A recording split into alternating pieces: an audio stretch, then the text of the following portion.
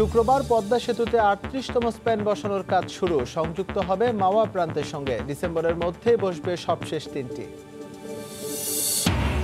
এবং করোনায় আক্রান্ত ৯ জনের একজনই শিশু। ইউনিসেফের তথ্য, দেশে টানা ৫ দিন ধরেই প্রতিদিনই শনাক্ত ২,০০০-এর বেশি, একদিনে ১৭ জনের মৃত্যু।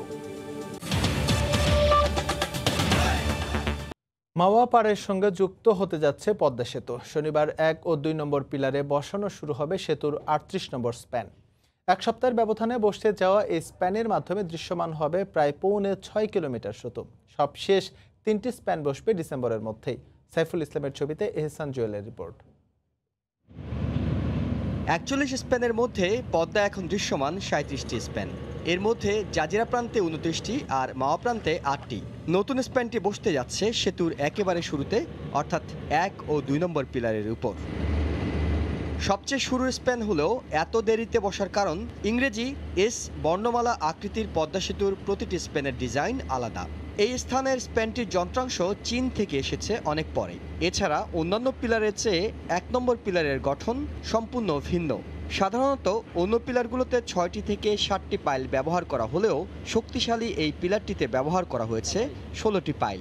এই পিলার দিয়ে সেতুতে গাড়ি ও ট্রেন প্রবেশ করবে। তবে অন্য স্প্যানগুলো পানিতে বসানো হলেও ৩৮তম স্প্যানের একটি পিলার মাওয়া পাড়ে।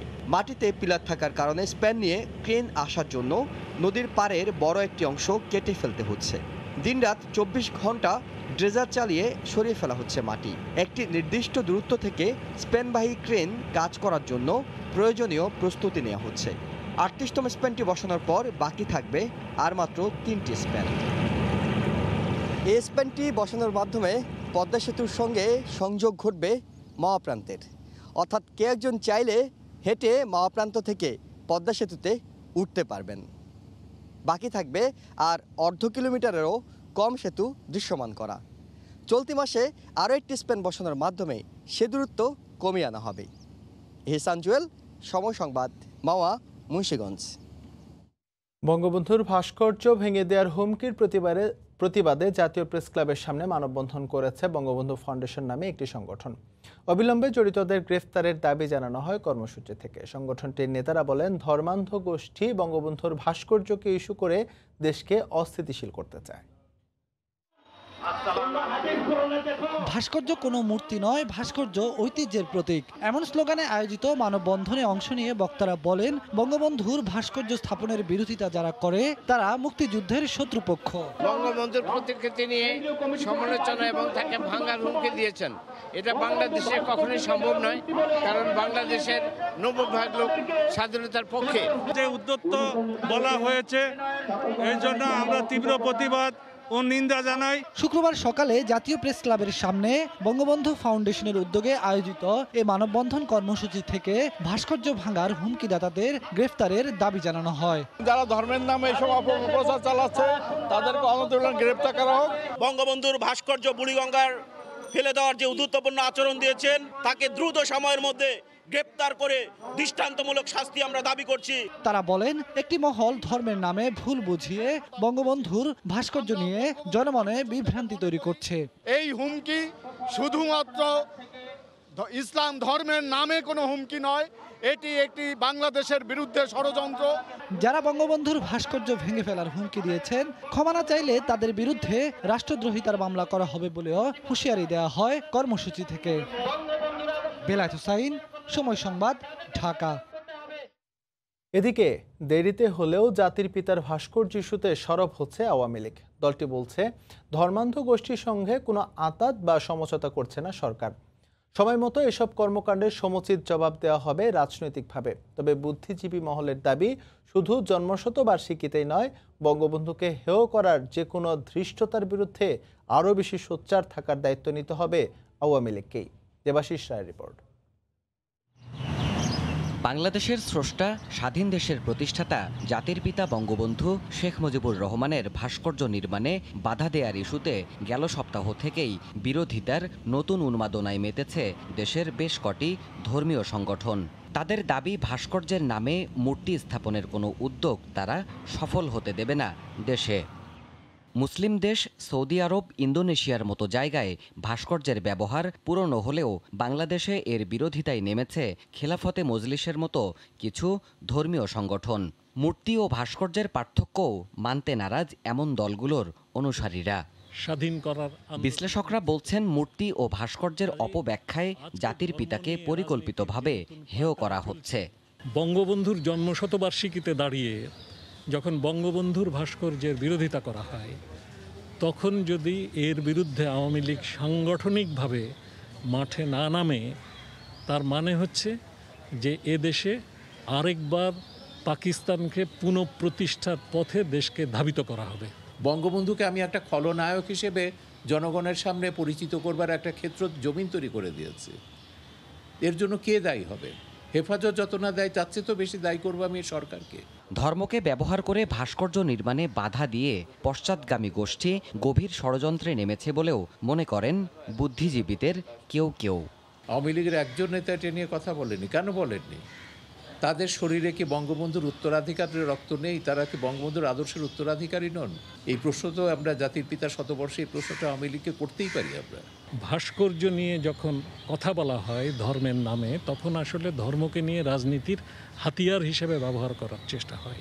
জাতির পিতাকে অবমাননার এমন ঘটনায় কি ভাবছে আওয়ামী লীগ? এমন প্রশ্নের জবাবে দলের এই নেতা বলছেন, জনগণকে সঙ্গে নিয়ে স্বাধীনতা বিরোধীদের মোকাবিলা করা হবে সাংগঠনিকভাবেই।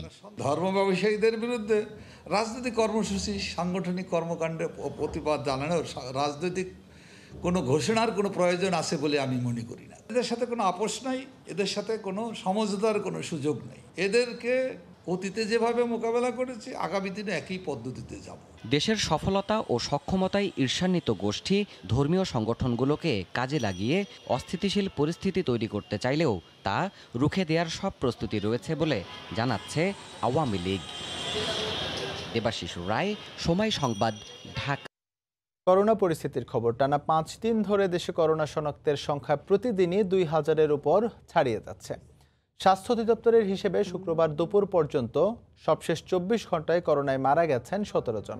এ নিয়ে দেশে মৃতের সংখ্যা বেড়ে দাঁড়ালো 6322 জনে। 24 ঘন্টায় শনাক্ত হয়েছেন 2275 জন।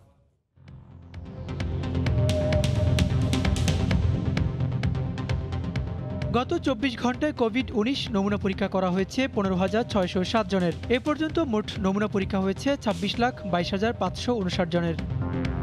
24 ঘন্টায় নতুন শনাক্ত হয়েছেন 2,275 জন। এ নিয়ে দেশে মোট শনাক্ত সংখ্যা 4,43,434 জন। 24 ঘন্টায় মারা গেছেন 17 জন। এ পর্যন্ত করোনা আক্রান্ত হয়ে মারা গেলেন 6,322 জন। করোনা থেকে গত 24 ঘন্টায় সুস্থ হয়েছেন 1,709 জন। এ পর্যন্ত মোট সুস্থ হয়েছেন 3,58,431 জন। প্রধানমন্ত্রী শেখ হাসিনা বলেছেন, অ্যান্টিবায়োটিকের ব্যাপক ব্যবহার রোধ করতে না পারলে সামনের দিনগুলোতে কোভিডের মতো জরুরি পরিস্থিতির মধ্যে পড়তে হতে পারে। বাংলাদেশ সময় শুক্রবার রাতে antimicrobial resistance and health global leadership গ্রুপের উদ্বোধনী অনুষ্ঠানে তিনি একথা বলেন। এ সময় অ্যান্টিবায়োটিকের ব্যাপক ব্যবহারের বিরুদ্ধে বিশ্বব্যাপী সমন্বিত পদক্ষেপের জন্য বিশ্ব নেতাদের প্রতি আহ্বান জানান প্রধানমন্ত্রী। We are running out of available antibiotics and soon could face another global emergency far severe than the current COVID-19. Prevention is better than cure. So, I would call upon the global leaders to make this timely initiative successful by providing advocacy, technical and financial support for effective implementation of the recommendations of the Interagency Coordination Group on Antimicrobial Resistance to address the global antimicrobial resistant crisis. কথা ছিল চুক্তির 3 মাসের মধ্যে শুরু হবে রোহিঙ্গাদের নিজ দেশে প্রত্যাবর্তন। 3 বছর পরও ফলাফল শূন্য। দফায় দফায় সময় ঠিক করা হয়েছে, কেবল ফিরে যায়নি একজন রোহিঙ্গাও। এজন্য মিয়ানমারের ছল ছাতুরিকে এককভাবে দোষ দিচ্ছেন পররাষ্ট্রমন্ত্রী। তবে বিশ্লেষকরা মনে করেন, তড়িঘড়ি করে করা চুক্তিটি কার্যকরে মিয়ানমারের উপর আন্তর্জাতিক সম্প্রদায়কে চাপ দেওয়ার জন্য বাংলাদেশকে সক্রিয় হতে হবে। এহসান জুয়েলের রিপোর্ট। 2017 সালের আগস্টে রোহিঙ্গাদের ঢল নামার পর একটা বড় শরণার্থী সমস্যার মুখে পড়ে বিশ্ব। চারদিকে আন্তর্জাতিক চাপ, তৎপর বিশ্ব সংস্থাগুলো। 3 মাসের মাথায় এমন একটা সময় আশার আলো খুঁজে পায় বাংলাদেশ। 23 নভেম্বর মিয়ানমারের রাজধানী নাইপিদোতে দুই পক্ষের উপস্থিতিতে হয় চুক্তি। সেই চুক্তি অনুযায়ী 3 মাসের মধ্যে অর্থাৎ 2018 সালের জানুয়ারি মাসে শুরু হওয়ার কথা প্রথম দফা প্রত্যাবর্তন। এ নিয়ে জয়েন্ট ওয়ার্কিং কমিটির বৈঠক হয়েছে 3টি, যাওয়ার তারিখ ঠিক হয়েছে 3 দফা। মিয়ানমারের হাতে 1 লাখের বেশি রোহিঙ্গার তালিকাও তুলে দেওয়া হয়েছে, কিন্তু সবই বিফলে গেছে।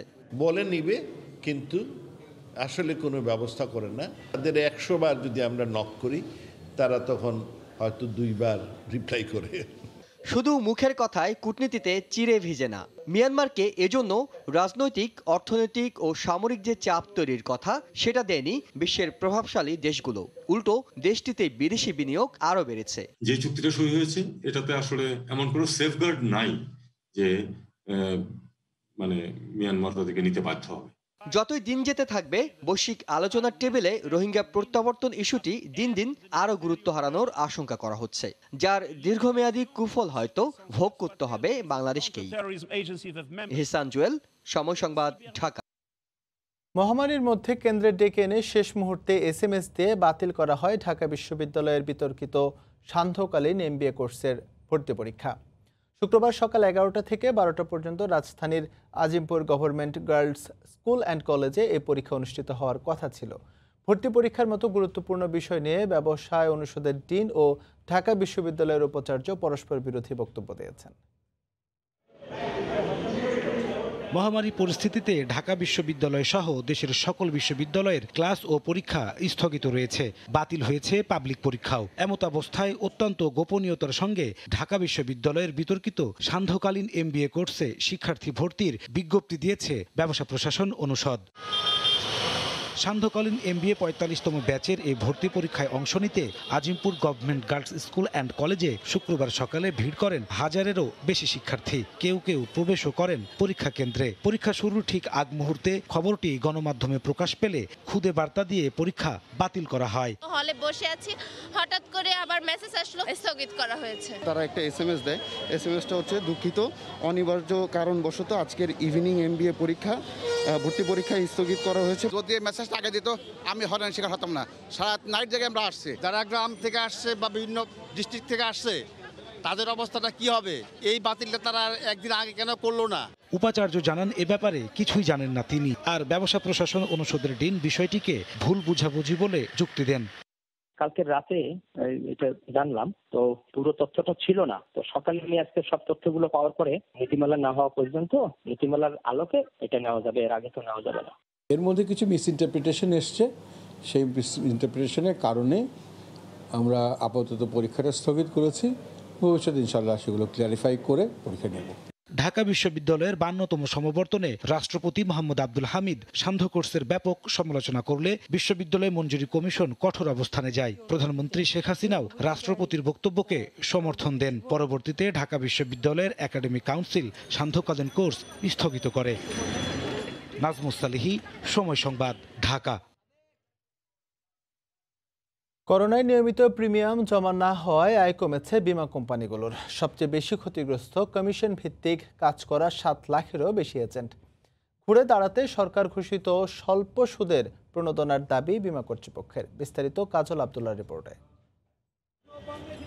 করোনায় ব্যাংক, নন ব্যাংক সহ বিভিন্ন খাতের মতো সংকটে পড়েছে বিমা শিল্প। বিশেষ করে সাধারণ মানুষের আয় রোজগার কমে যাওয়ায় কমেছে জীবন বিমায় নতুন গ্রাহক, আর স্বাভাবিক জীবনযাত্রা ব্যাহত হয় অনিয়মিত হয়ে পড়েছে নিয়মিত গ্রাহকদের ষান্মাসিক ও বাৎসরিক কিস্তি বা প্রিমিয়াম জমার পরিমাণও। বিমা কোম্পানিগুলো বলছে সবচেয়ে বেশি ক্ষতির সম্মুখীন কমিশনভুক্ত প্রান্তিক এলাকার প্রায় 7 লাখ এজেন্ট। এখনো আগের অবস্থান ফিরে আসে নাই। বিশেষ করে যারা কমিশন বেস এজেন্ট আছে, মানে আমরা যেটা অফিসিয়ালি বলি FA, এরা বেশি ক্ষতিগ্রস্ত হয়েছে।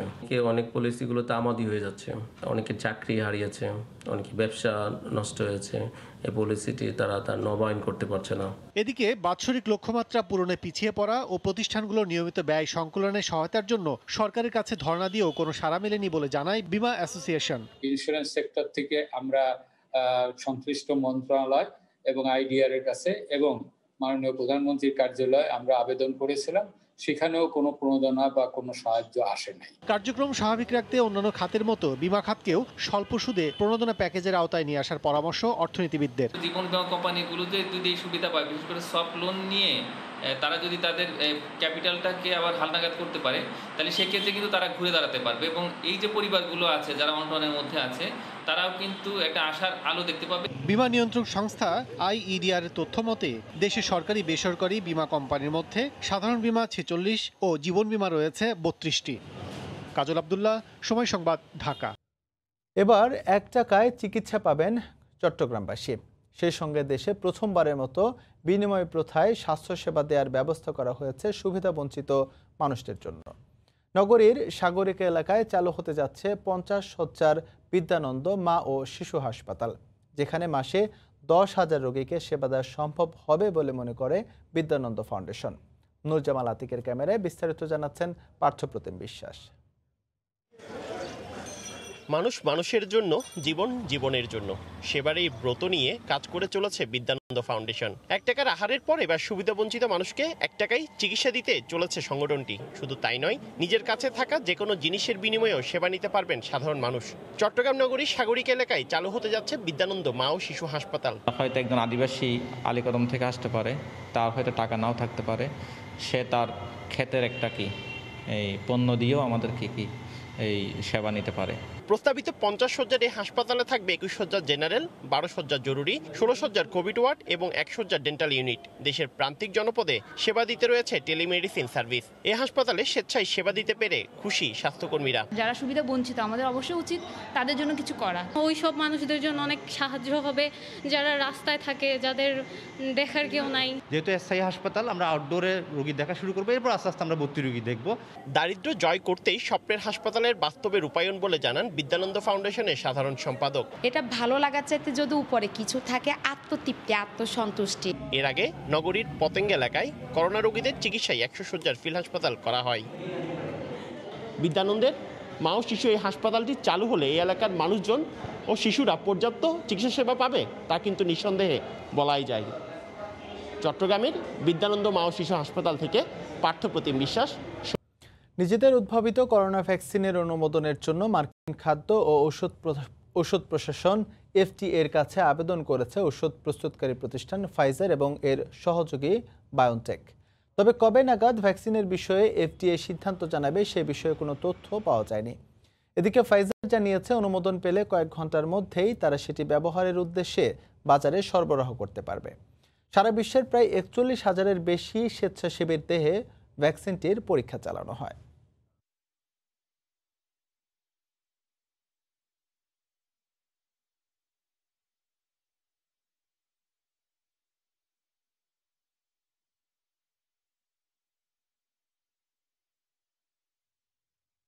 করোনা সংক্রমণ বেড়ে যাওয়ায় যুক্তরাষ্ট্রের ক্যালিফোর্নিয়াতে রাতে কারফিউ জারি করা হয়েছে। বৃহস্পতিবার এক ভার্চুয়াল সংবাদ সম্মেলনে এই ঘোষণা দেয় অঙ্গরাজ্যটির স্বাস্থ্য বিভাগ। 21শে ডিসেম্বর পর্যন্ত প্রতিদিন রাত 10টা থেকে ভোর 5টা পর্যন্ত কারফিউ বলবৎ থাকবে। পরিস্থিতি বিবেচনায় মেয়াদ আরও বাড়ানো হতে পারে। ক্যালিফোর্নিয়া থেকে লস্কর আল মামুনের রিপোর্ট। করোনার দ্বিতীয় ধাক্কায় কাবু যুক্তরাষ্ট্র। প্রতিদিনই বাড়ছে আক্রান্তের সংখ্যা, দীর্ঘ হচ্ছে মৃত্যুর মিছিল। সংক্রমণের দিক দিয়ে এগিয়ে থাকা অঙ্গরাজ্যগুলোর মধ্যে অন্যতম ক্যালিফোর্নিয়া। পরিস্থিতি মোকাবেলায় তাই আবারও রাতে কারফিউ জারি করেছে অঙ্গরাজ্যটি। শনিবার থেকে রাতভর এই কারফিউ বলবৎ থাকবে আগামী 21শে ডিসেম্বর পর্যন্ত। বৃহস্পতিবার এক ভার্চুয়াল সংবাদ সম্মেলনে একথা জানায় ক্যালিফোর্নিয়ার 58টি কাউন্টি, প্রায় 41টি অঞ্চল। যুক্তরাষ্ট্রের সবচেয়ে বেশি সংক্রমিত অঙ্গরাজ্যগুলোর মধ্যেও ক্যালিফোর্নিয়া অন্যতম বলে জানানো হয়। এদিকে যুক্তরাষ্ট্রে বৃহস্পতিবার একই দিনে শনাক্ত হয়েছে প্রায় 2 লাখ, মারা গেছেন 2,000-এরও বেশি। আর ক্যালিফোর্নিয়ায় একদিনে আক্রান্ত হয়েছেন প্রায় 13,000, মৃত্যু হয়েছে 2 শতাধিক। লস্কর আল মামুন, সময় সংবাদ, ক্যালিফোর্নিয়া, যুক্তরাষ্ট্র। শিশুদের জন্য নীরব ঘাতক হয়ে উঠছে কোভিড-19। করোনা আক্রান্ত 9 জনের মধ্যে একজন শিশু। নিউইয়র্ক থেকে প্রকাশিত এক প্রতিবেদনে এমন ভয়াবহ তথ্য জানিয়েছে ইউনিসেফ। শিশুরা করোনায় আক্রান্ত হয় না, প্রচলিত এমন ধারণা থাকলেও জাতিসংঘের শিশু তহবিল সংস্থা ইউনিসেফ জানিয়েছে বিশ্বে করোনা আক্রান্ত 9 জনের মধ্যে একজন শিশু বা কিশোর কিশোরী। 87টি দেশের আক্রান্ত 2,57 লাখ মানুষের মধ্যে 11% শিশু কিশোর। এক প্রতিবেদনে করোনার অব্যাহত সংক্রমণে শিশুদের উপর ভয়াবহ প্রভাব সম্পর্কে সতর্ক করেছে সংস্থাটি। প্রতিবেদনে বলা হয়, স্বাস্থ্য ও সামাজিক সেবা প্রাপ্তিতে কোভিড-19 শিশুদের জন্য মারাত্মক হুমকি ও বাধা হয়ে দেখা দিয়েছে। করোনার কারণে বিভিন্ন দেশে হাসপাতালে বহির্বিভাগে শৈশবকালীন সংক্রামক রোগের চিকিৎসার পাশাপাশি 1/3 নিয়মিত টিকাদান কমে গেছে। এই সংকট যত দীর্ঘ হবে, শিশুদের শিক্ষা, স্বাস্থ্য, পুষ্টি ও সামগ্রিক কল্যাণের উপর এর প্রভাব তত গভীর হবে। পুরো একটি প্রজন্মের ভবিষ্যৎ ঝুঁকির মধ্যে রয়েছে বলে উল্লেখ করা হয় প্রতিবেদনে। করোনার কারণে স্কুল বন্ধ হয়ে যাওয়ায় 57 কোটি 20 লাখ শিক্ষার্থী ক্ষতিগ্রস্ত হয়েছে, যা বিশ্বব্যাপী স্কুলে যাওয়া শিক্ষার্থীদের 33%। তবে প্রাথমিক সুরক্ষা মেনে চললে স্কুল বন্ধ রাখলে যে সুবিধা পাওয়া যায়, খোলা রাখলে আরও বেশি সুবিধা পাওয়া যায় বলে দাবি সংস্থাটির। বলা হয়, স্কুলের চেয়ে স্কুলের বাইরেই সবচেয়ে বেশি সামাজিক সংক্রমণ হয়। নির্ধারিত সময় লক্ষ্যে রেখে নিরাপদে স্কুলগুলো পুনরায় চালু করার জন্য পরিচালনাগত পরিকল্পনার তাগিদ দিয়েছে ইউনিসেফ। ওমর ইনান, সময় সংবাদ। আবারও করোনা মহামারীর কেন্দ্রবিন্দুতে পরিণত হয়েছে ইউরোপ। মহাদেশটিতে প্রতি 17 সেকেন্ডে করোনায় একজনের মৃত্যু হচ্ছে। চিকিৎসা দিতে হিমশিম খাচ্ছে হাসপাতালগুলো। সামনের 6 মাস আরও কঠিন সময়ের মধ্য দিয়ে অতিবাহিত করতে হবে বলে সতর্ক করেছে বিশ্ব স্বাস্থ্য সংস্থা। নতুন ধাক্কা এড়াতে লকডাউন শিথিলে তাড়াহুড়া করতেও নিষেধ করেছে সংস্থাটি। পর্তুগাল থেকে তারিকুল হাসান আশিকের রিপোর্ট। প্রথম ধাক্কায় যেসব দেশ কম ক্ষতিগ্রস্ত হয়েছিল, দ্বিতীয় ধাক্কায় সেসব দেশগুলোতেও ক্ষতির মাত্রা ভয়ঙ্কর আকারে বেড়েছে। প্রতি 17 সেকেন্ডে একজন করে বর্তমানে করোনা ভাইরাসে আক্রান্ত হয়ে ইউরোপে মারা যাচ্ছেন। করোনা আক্রান্ত রোগীদের চিকিৎসা দিতে হিমশিম খাচ্ছে গোটা ইউরোপের প্রত্যেকটি দেশের স্বাস্থ্য বিভাগও। এমন পরিস্থিতিতে চলমান বিধিনিষেধ আরও বাড়ানোর প্রক্রিয়া করছে ইউরোপের অধিকাংশ দেশ। লকডাউন, কারফিউ সহ চলমান বিভিন্ন নিষেধ বাড়ানোর পক্ষেই মত দিয়েছেন অধিকাংশ ইউরোপীয় দেশের নেতা সহ নাগরিক। অর্থনৈতিকভাবে ক্ষতিগ্রস্ত হওয়ায় এর বিপক্ষেও মত দিয়েছেন বিভিন্ন রাজনৈতিক দল। তবে ডিসেম্বর শেষ নাগাদ অথবা জানুয়ারির প্রথম দিকে করোনা ভ্যাকসিন ইউরোপে অনুমোদন দিয়ে ইউরোপের নাগরিকদের কাছে পৌঁছানোর আশাবাদ ব্যক্ত করেছেন জার্মান চ্যান্সেলর অ্যাঙ্গেলা মার্কেল। তবে আগামী 6 মাস ইউরোপ সহ গোটা বিশ্বের নাগরিকদেরকে একটি কঠিন পরিস্থিতির মধ্যে দিয়ে যেতে হবে বলে ইউরোপীয় ইউনিয়ন নেতাদের ধারণা রয়েছে। স্পেন, ইতালি, ফ্রান্স সহ অধিকাংশ দেশ যেগুলি প্রথম ধাপে ক্ষতিগ্রস্ত হয়েছিল, তাদের দ্বিতীয় ধাক্কার ক্ষতির মাত্রাও দিন দিন বাড়ছে।